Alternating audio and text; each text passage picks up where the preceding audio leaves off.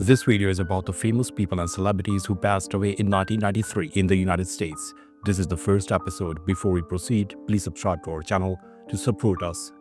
Dizzy Gillespie. He was born in October 1917 and he died in January 1993. His age was 75 at the time of his death, and the reason for his death was pancreatic cancer. Gillespie was an American jazz trumpeter, band leader, composer, educator, and singer. He was a trumpet virtuoso and improviser, building on the virtuosic style of Roy Eldridge, but adding layers of harmonic and rhythmic complexity previously unheard in jazz. His combination of musicianship, showmanship, and wit made him a leading popularizer of the new music called bebop. His barrette and horn-rimmed spectacles, sax singing, bent horn, punched cheeks, and light-hearted personality have made him an enduring icon. In the 1940s, Gillespie, with Charlie Parker, became a major figure in the development of bebop and modern jazz. He taught and influenced many other musicians, including trumpeters Miles Davis, John Fadis, Fats Navarro, Clifford Brown, Arturo Sandoval, Lee Morgan, Chuck Mangione, and balladeer Johnny Hartman. He pioneered Afro-Cuban jazz and won several Grammy Awards. Scott Yanow wrote Dizzy Gillespie's contribution to jazz were huge. A long-time resident of Englewood, New Jersey, Gillespie died of pancreatic cancer on January 6, 1993 at age 75 and was buried in Flushing Cemetery, Queens, New York City. Johnny Most. He was born in June 1923 and he died in January 1993. His age was 69 at the time of his death, and the reason for his death was heart attack. He was an American sports announcer, known primarily as a raspy radio voice of the Boston Celtics of the National Basketball Association from 1953 to 1990. Most's radio calls during the final moments of Game 7 of the 1965 NBA Eastern Division Finals has been dubbed the most famous radio call in basketball history by the NBA. The call is now simply known as Havlicek Stole the Ball. Born to Jewish parents in New York City, he was named after his paternal grandfather, the German-American anarchist, newspaper editor, and orator Johann Most. Johnny Most was one of the many successful graduates of DeWitt Clinton High School in the Bronx. After a distinguished Air Force service in the Second World War, he began his basketball broadcasting career in the late 1940s as a protege of New York Knickerbockers announcer and in 1936 Olympics track star Marty Glickman. He was hired in 1953 by Boston Celtics owner Walter Brown and coach Red Auerbach to replace Kurt Gowdy as the team's radio play-by-play man on the Celtics radio network. He also served as sports director for WCOP Radio in Boston at that time. Gene Mayer. He was born in April 1920 and he died in January 1993. His age was 72 at the time of his death, and the reason for his death was heart attack. Mayer was a French-American scientist, best known for his research on physiological basis of hunger and the metabolism of essential nutrients, and for his role in shaping policy on world hunger at both the national and international levels.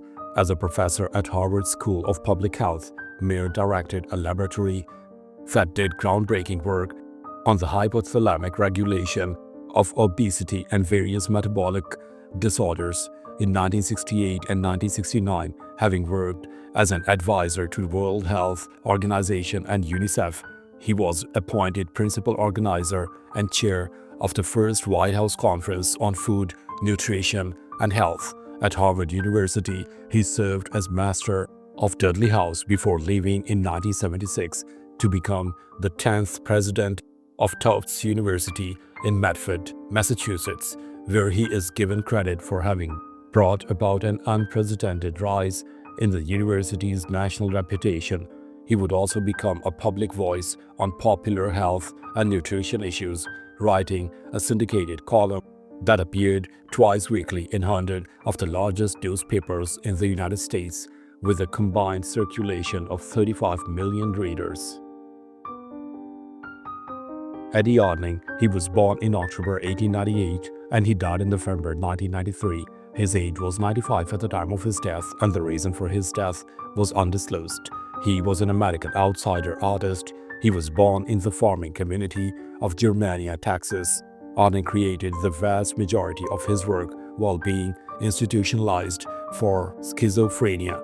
After a few years of using crayons, Arning switched to oil pastels and began producing more complex compositions. His early works were autobiographical and depict scenes from his childhood with animals, flowers, windmills, and churches.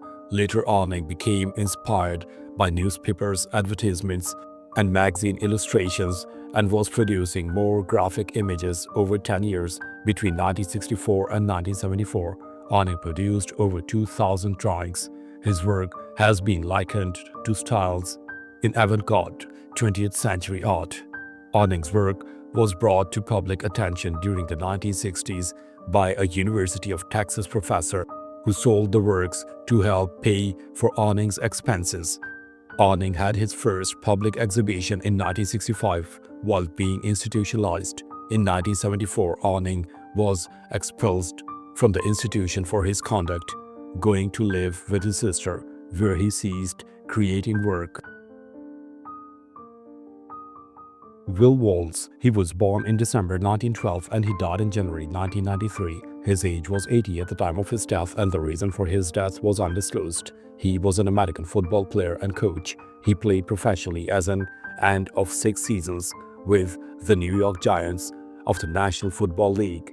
He attended North Little Rock High School in North Little Rock, Arkansas, and played college football at Texas Christian University.